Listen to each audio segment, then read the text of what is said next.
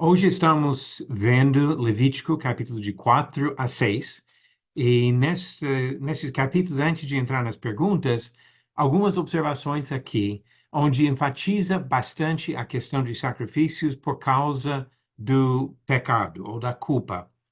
Nós já observamos no capítulo 1 um vínculo entre alguns sacrifícios e o pecado. Falamos sobre a ideia de expiação, de uma forma de perdão pelos pecados. Agora, a partir do capítulo 4, o foco está mais especificamente nesses sacrifícios por causa do pecado. Pecados específicos, cometidos por uma pessoa ou até pela congregação toda, pela nação. E a outra coisa que observamos ao longo do estudo de Levítico, como também vários outros textos do Antigo Testamento, essa ênfase na necessidade de sacrifícios por causa do pecado. Quantos dezenas, centenas de milhares, milhões de sacrifícios teriam sido feitos ao longo desse tempo do Antigo Testamento? E nenhum desses sacrifícios resolvendo de fato o problema do pecado. Porque nesse sentido, com certeza, perderam a conta dos animais sacrificados e houve um tipo de perdão nisso. Até ele fala várias vezes de perdoar o pecado. Porém, descobrimos depois que esse perdão foi condicionado no sacrifício que seria feito por Jesus depois. Então, todos esses animais, juntando todo o sangue derramado, e seria milhares, milhões de litros de sangue, não foi suficiente para perdoar de fato os pecados. Os pecados seriam perdoados de fato somente pelo sacrifício de Jesus. Então, tudo isso apontando para Jesus, mostrando a necessidade de morte, de derramamento de sangue por causa do pecado do homem. Ok, só essa pequena introdução, já vamos para capítulo 4 e as perguntas sobre o capítulo. Eu vou mencionar já que semana que vem eu aceito mais voluntários, mas novamente hoje vai ficar entre a Benita e o Léo para responder as perguntas. Então já vamos lá, Benita, com a primeira pergunta. Nos casos de pecados cometidos por ignorância, qual sacrifício foi requerido em cada um desses casos? Primeiro, o pecado de um sacerdote. Tinha que oferecer um novilho sem defeito. Ok, perfeito. E quando foi um pecado coletivo da congregação? Será um novilho e apresentar diante da tenda de congregação. Ok, mais uma vez um novilho. Ele não fala especificamente aqui sem defeito, porém, encontramos esta expressão com tanta frequência que acredito que teria que ser, de fato, um novilho sem defeito. E o pecado de um príncipe? Um bode sem defeito. Ok, um bode, isso capítulo 4, versículo 22. E de qualquer outra pessoa? Uma cabra sem defeito. Ok. Parece que observamos aqui uma pequena mudança de valor do animal. Quando trata do pecado de um sacerdote, até a palavra usada aqui, o sacerdote ungido, aqui no versículo 3, só para entender um pouquinho melhor a ideia, essa expressão é usada para falar sobre o sumo sacerdote. Na pergunta eu coloquei um sacerdote, mas especificamente seria o sumo sacerdote.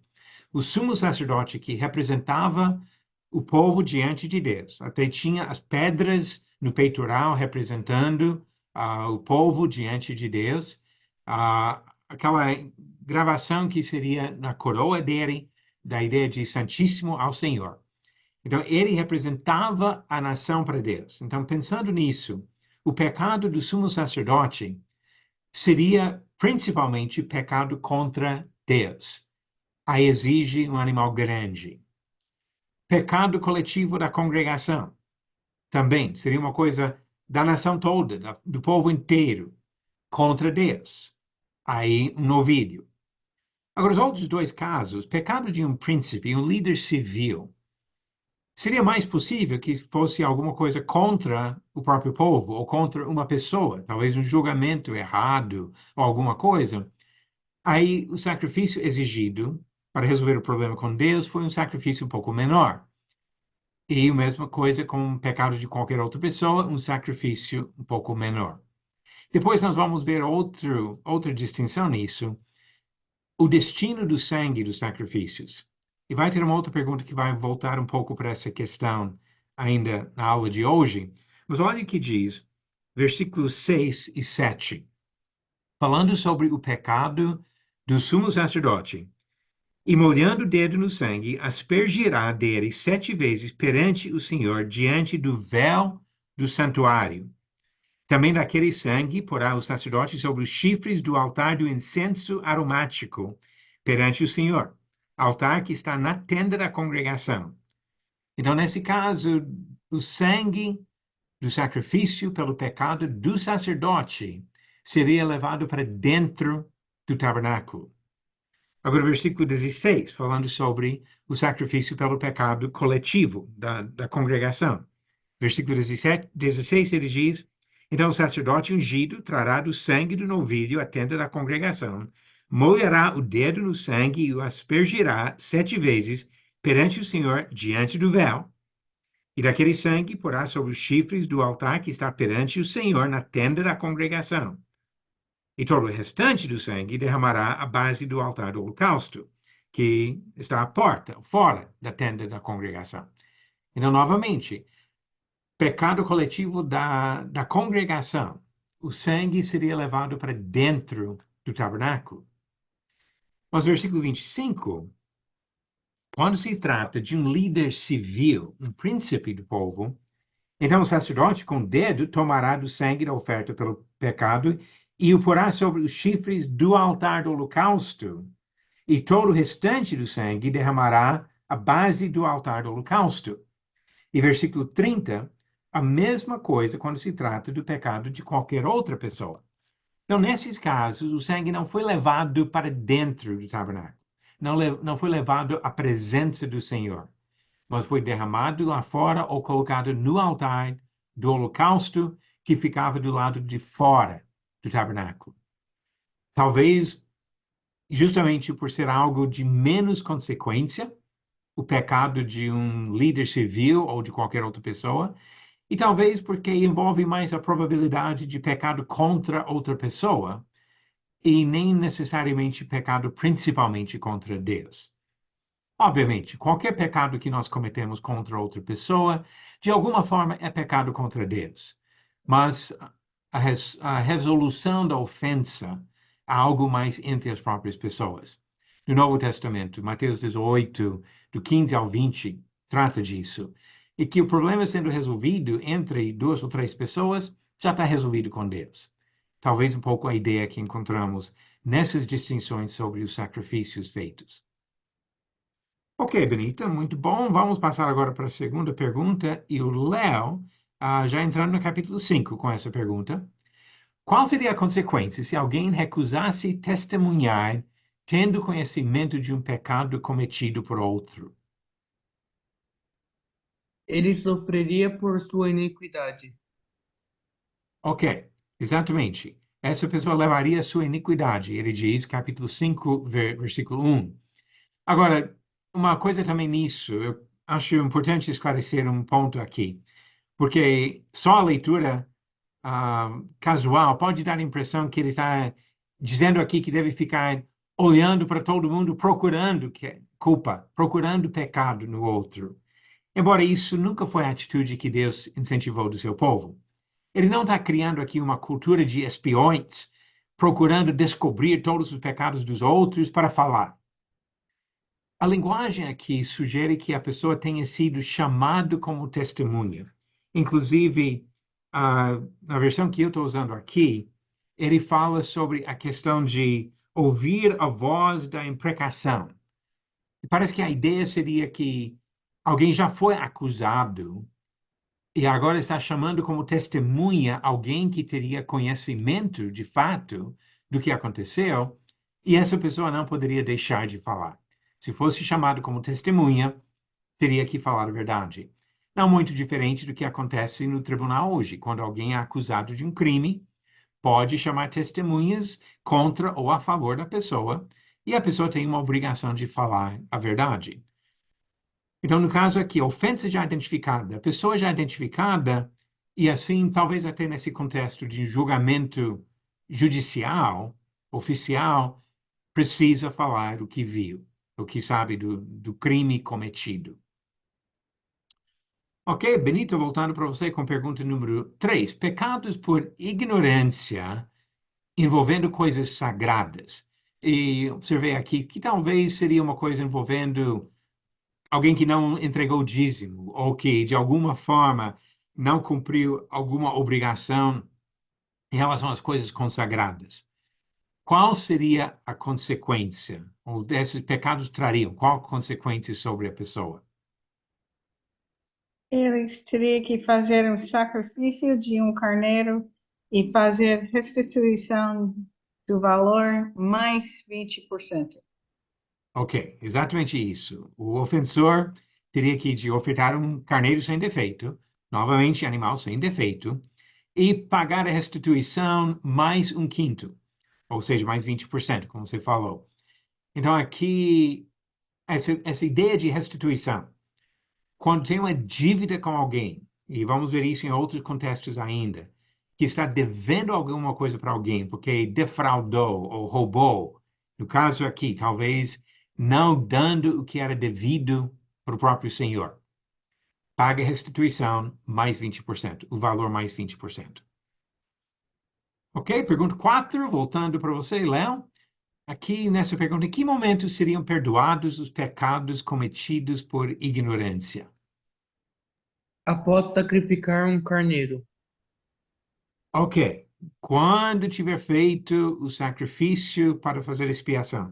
Vamos ler aqui no capítulo 5, versículo 17. E se alguma pessoa pecar e fizer contra algum de todos os mandamentos do Senhor, aquilo que se não deve fazer, ainda que o não soubesse, contudo será culpada e levará a sua iniquidade. E do rebanho trará ao sacerdote um carneiro sem defeito, conforme a tua avaliação, para oferta pela culpa. E o sacerdote, por ela, fará expiação no tocante ao erro que, por ignorância, cometeu, e lhe será perdoado. Oferta pela culpa é, certamente se tornou culpada ao Senhor. Então, pecado cometido por ignorância, a pessoa não percebeu quando cometeu isso, mas depois fica sabendo. Agora tem que levar oferta pela culpa e o sacerdote faz expiação pelo pecado da pessoa. Muito bom. Agora entrando no capítulo 6. A próxima pergunta, pergunta número 5 para Benita. No caso de pecados contra a propriedade de outros, roubo, por exemplo, o que o culpado teria de fazer? Tinha que restaurar aquilo que roubou mais 20% e fazer a oferta de uma carneiro sem defeito. Ok. Então, novamente, vem essa ideia de restituição. E aqui estamos tratando de um pecado cometido contra outro ser humano. Não precisa devolver o que tirou da pessoa ou algo de valor equivalente, mais 20%. Uma restituição que vai além do custo. Tudo isso para mostrar que não deve roubar, não deve defraudar alguém, não deve tomar o que pertence ao outro.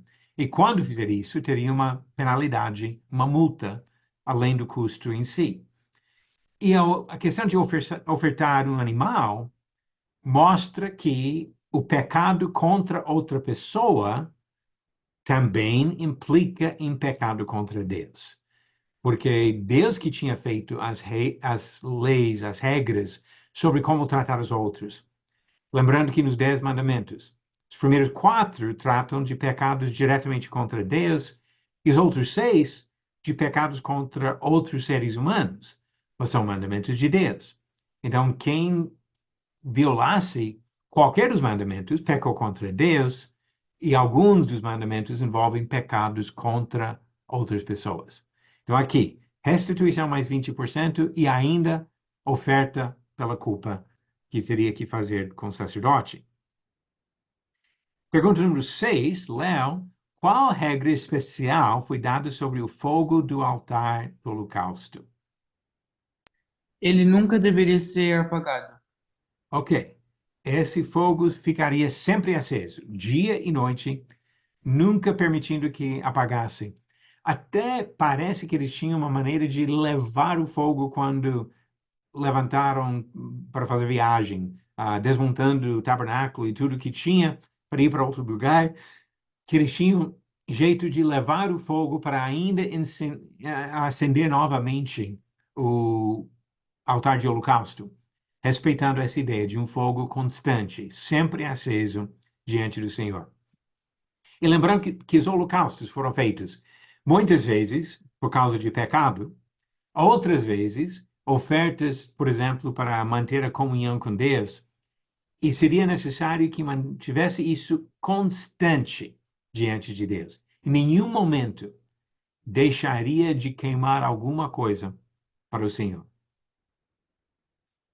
Quem comeria parte das ofertas de manjares ou de cereais e onde seria feito isso?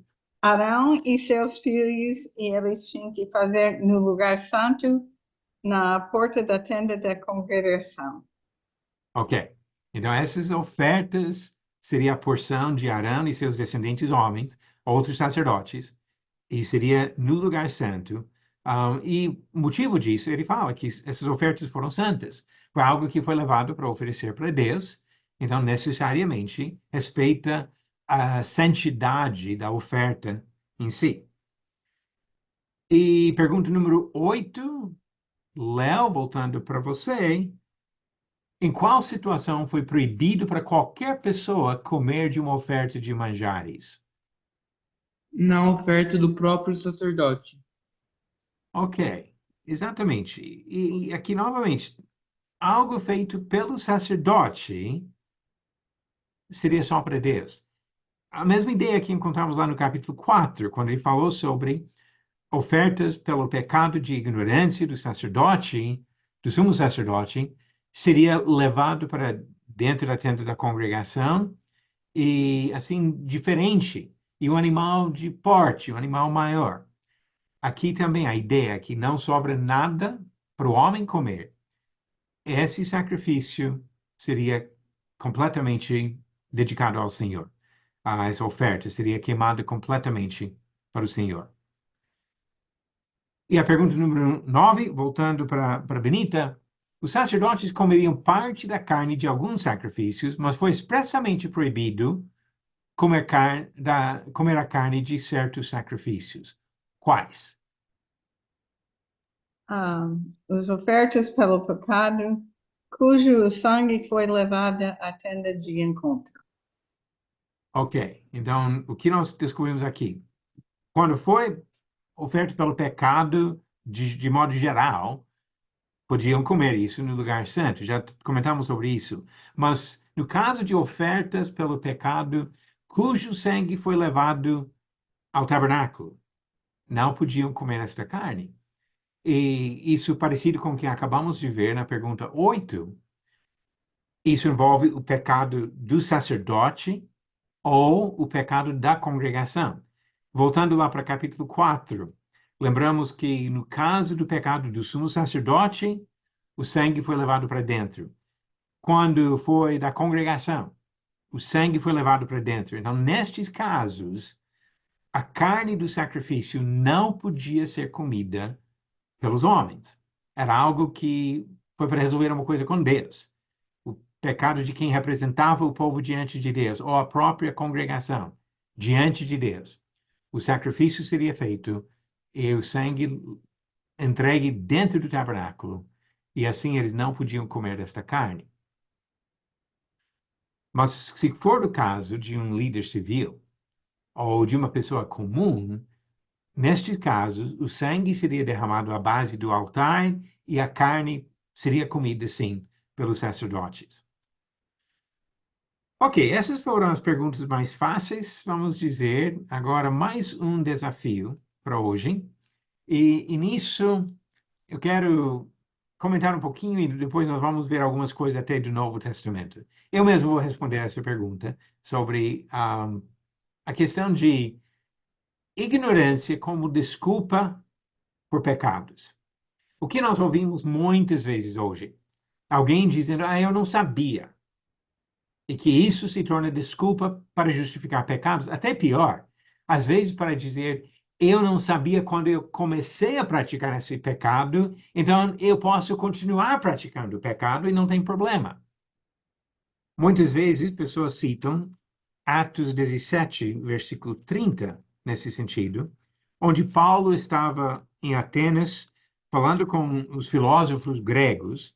Ele falou sobre o problema da idolatria daquele povo, e ele disse no versículo 30, ora, não levou Deus em conta os tempos da ignorância.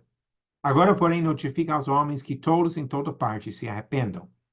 E muitas vezes pessoas utilizam esse versículo para dizer o que foi feito sem saber não tem consequência. Mas acabamos de ver muitas informações sobre sacrifícios por pecados de ignorância. Que mesmo pecado cometido sem intenção, sem a pessoa perceber que era uma coisa errada, quando descobrisse, tinha culpa e teria que fazer sacrifício. Já observamos isso várias vezes nesses capítulos de 4 a 6 de Levítico. Agora, como que nós podemos compreender isso para entender melhor a nossa situação diante do Senhor hoje? A primeira coisa, esses casos citados em Levítico 4, especialmente, mostram a necessidade de ofertas pela culpa quando o pecado for descoberto. Se foi feito sem intenção e sem saber, pode passar por algum tempo sem descobrir. Mas uma vez que o pecado fosse descoberto, agora vem a responsabilidade do sacrifício sobre a pessoa, sumo sacerdote, congregação, líder civil ou pessoa comum. Os casos tratados no capítulo 4. Agora, como que isso nos ajuda a compreender? Pensando no Novo Testamento, vamos para Lucas 23. Lucas capítulo 23. Jesus está na cruz e ele demonstra compaixão para com as pessoas responsáveis por sua crucificação. Lucas 23, no versículo 34. Contudo, Jesus dizia, Pai, perdoa-lhes, porque não sabem o que fazem. No contexto imediato, ele fala sobre os soldados que foram encarregados com essa tarefa de crucificar Jesus e os ladrões que foram sacrificados juntos. Porém, sabemos que por trás disso tem várias outras pessoas envolvidas, os líderes dos judeus, a multidão que pediu a morte de Jesus e até pediram para libertar Barrabás e crucificar Jesus. Quando chegamos no livro de Atos, encontramos algumas afirmações interessantes sobre essa questão. Capítulo 2 do livro de Atos, versículo 23. Pedro, falando agora para os judeus no dia de Pentecostes, diz, falando sobre Jesus, sendo este entregue pelo determinado desígnio e presciência de Deus. Vós o matastes, crucificando-o por mãos de iníquos. Então, ele reconhece que Deus estava realmente controlando a situação toda e que Deus que estava planejando usar até a morte de Cristo como meio da salvação. Mas as pessoas que pediram a morte de Jesus, as pessoas que apresentaram testemunha falsa para acusar Jesus, não tinham alguma culpa? Ele diz que sim. As mãos dessas pessoas estavam cheias de sangue. Essas pessoas estavam em conflito direto contra Deus, porque mataram o autor da vida e Deus ressuscitou Jesus. Rejeitaram o Filho de Deus. Deus o ressuscitou e elevou à posição de Senhor e Cristo no céu, como diz capítulo 2 de Atos, versículo 36. Então, a ideia aqui não é de justificar o pecado, mas Pedro está oferecendo aos mesmos judeus responsáveis pela morte de Cristo o perdão pela graça do Senhor. Agora vamos ver outro texto, capítulo 3 de Atos. capítulo 3, começando no versículo 15. Novamente, Pedro falando aqui, depois de curar um coxo na entrada do templo, diz versículo 15, falando agora para os judeus: de Sarte matastes o autor da vida, a quem Deus ressuscitou dentre os mortos, do que nós somos testemunhas. Pela fé em nome de Jesus, é que esse mesmo nome fortaleceu este homem que agora vedes e reconheceis. Sim, a fé que vem por meio de Jesus deu a este saúde perfeita na presença de todos vós. E agora, irmãos, eu sei que o fizestes por ignorância, como também as vossas autoridades. Olha essa atitude misericordiosa de Pedro, falando para as pessoas que mataram o autor da vida, mataram Jesus. Eu sei que fizeram por ignorância, até seus líderes, aqueles que estavam planejando como Jesus seria entregue por Judas, como eles iam fazer um julgamento ilegal durante a noite para depois levar Jesus para os romanos e pedir para os romanos crucificá-lo. Os líderes, ele diz, também agiam por ignorância. E agora, continuando o versículo 18. Mas Deus, assim, cumpriu o que dantes anunciara por boca de todos os profetas, que o seu Cristo havia de padecer. Versículo 19. Arrependei-vos, pois, e convertei-vos para serem cancelados os vossos pecados. Como que pode receber perdão de um pecado cometido em ignorância? Pelo arrependimento. Ele não disse que ignorância, de alguma forma, servia como desculpa. Ah, vocês mataram Jesus, mas não tem problema, não entendiam o que estavam fazendo. Não foi isso que Pedro disse. Fizeram por ignorância? Sim. O que precisam fazer? Se arrepender e se converter ao Senhor. Agora, voltando lá para capítulo 17 de Atos. Vamos ver um pouquinho mais sobre essa questão dos pecados cometidos por ignorância e o ponto do que Paulo fala aqui. Versículo 30 e 31. Ora, não levou Deus em conta os tempos da ignorância. Agora, porém, notifica aos homens que todos em toda parte se arrependam, porquanto estabeleceu um dia em que há de julgar o mundo com justiça, por meio de um varão que destinou e acreditou diante de todos, ressuscitando-o dentre os mortos.